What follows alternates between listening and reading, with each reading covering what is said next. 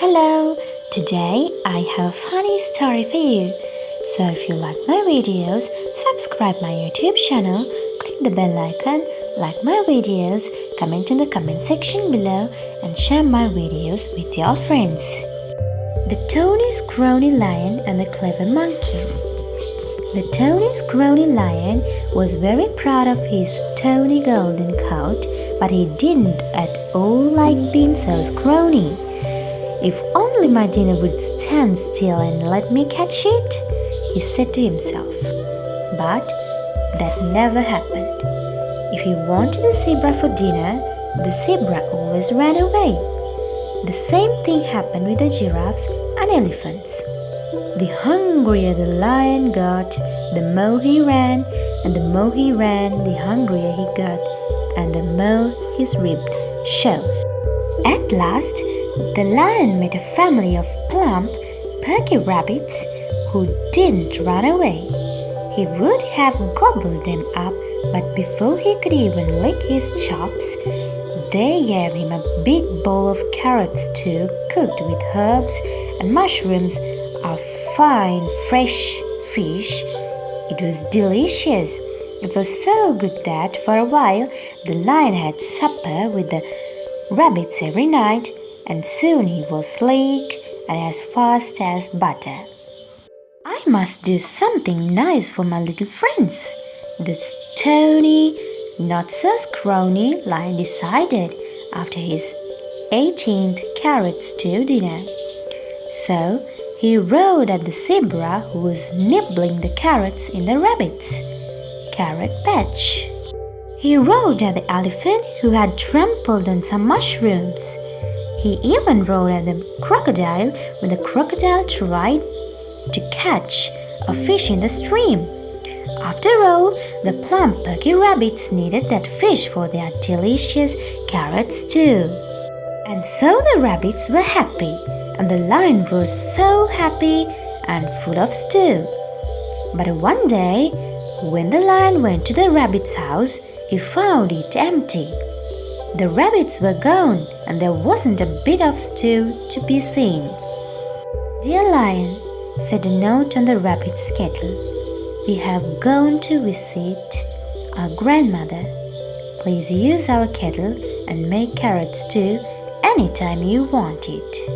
That would have been fine, except that the lion's paws were so big and clumsy that he couldn't pick herbs and mushrooms for the stew.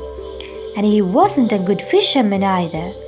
He took the rabbit's fishing rod and tried, but the fish wouldn't bite for the hungry lion.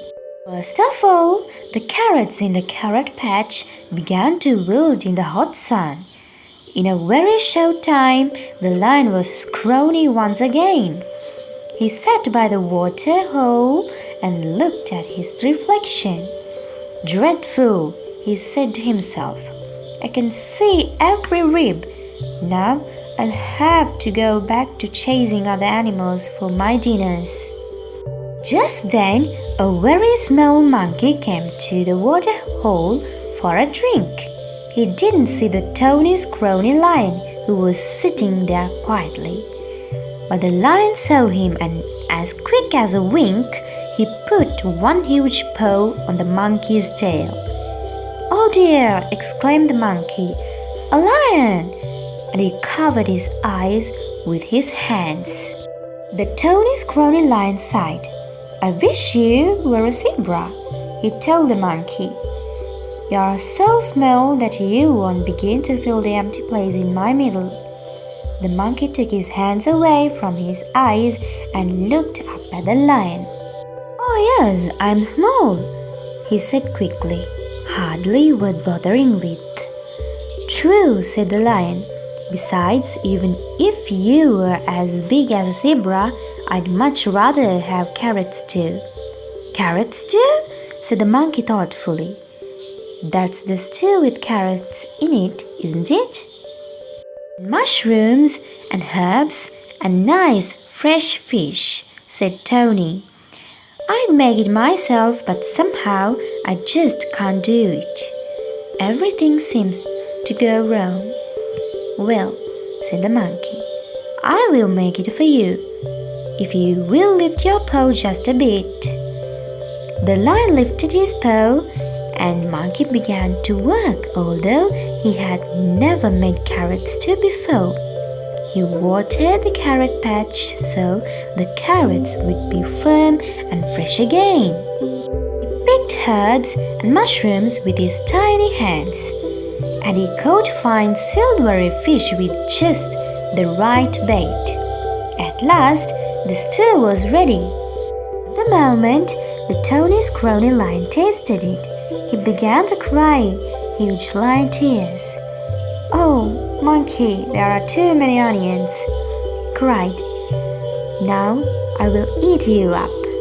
"I'm sorry," said the monkey in great fright. "The last lion I met liked onions. I'll make most too." "Be quick about it," snapped the lion, who was now hungrier than ever. The monkey was very quick about it. But when the lion tasted the second batch of stew, he sneezed such a mighty sneeze that it blew the monkey way off into the stream. "Too much pepper," roared the lion. "Come out of there. Come out so I can eat you." The monkey climbed out of water. "I'm sorry again," he said. "Next time I'll use my special secret recipe. All lions like that." "Well," growled the lion, "you had better hurry. I'm terribly, terribly hungry." The monkey hurried. He gathered green herbs and pulled up new carrots and caught fresh fish. Then he climbed to the top of a coconut tree and picked 3 big coconuts. "I do hope coconut milk tastes good in carrots too," he whispered to himself. It did. When the Tawny Scrawny lion tasted the third kettle of stew, it was perfect. The lion ate every morsel, and then he rolled over on his back and purred. That was a thing he hadn't done since the rabbits went to visit their grandmother. "I'll make most stew tomorrow," promised the monkey, and he made carrot stew the next day, and the day after that, and the day after that.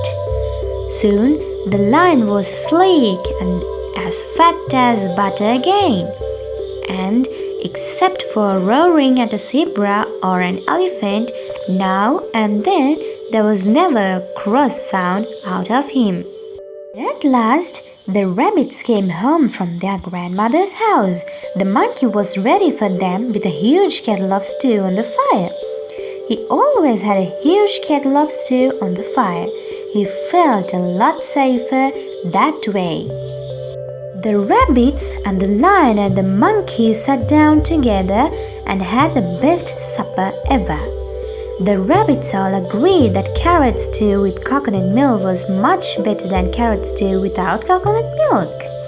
"We'd be very pleased if you'd stay and live with us," said the rabbits to the monkey. "You could pick coconuts for us too every day." "I'll be glad to pick coconuts for you," said the monkey politely. "But if it's all the same to you, I would rather live with the lion." So the lion and the monkey went off together, and they slept soundly all night under the lion's favorite tree. The lion slept soundly because that empty place in his middle was full of good carrot stew, and the monkey slept soundly because he knew that a very small monkey could hardly have a better friend than a fat as butter lion with a large roe. So today's story is over. Good night, sweet dreams.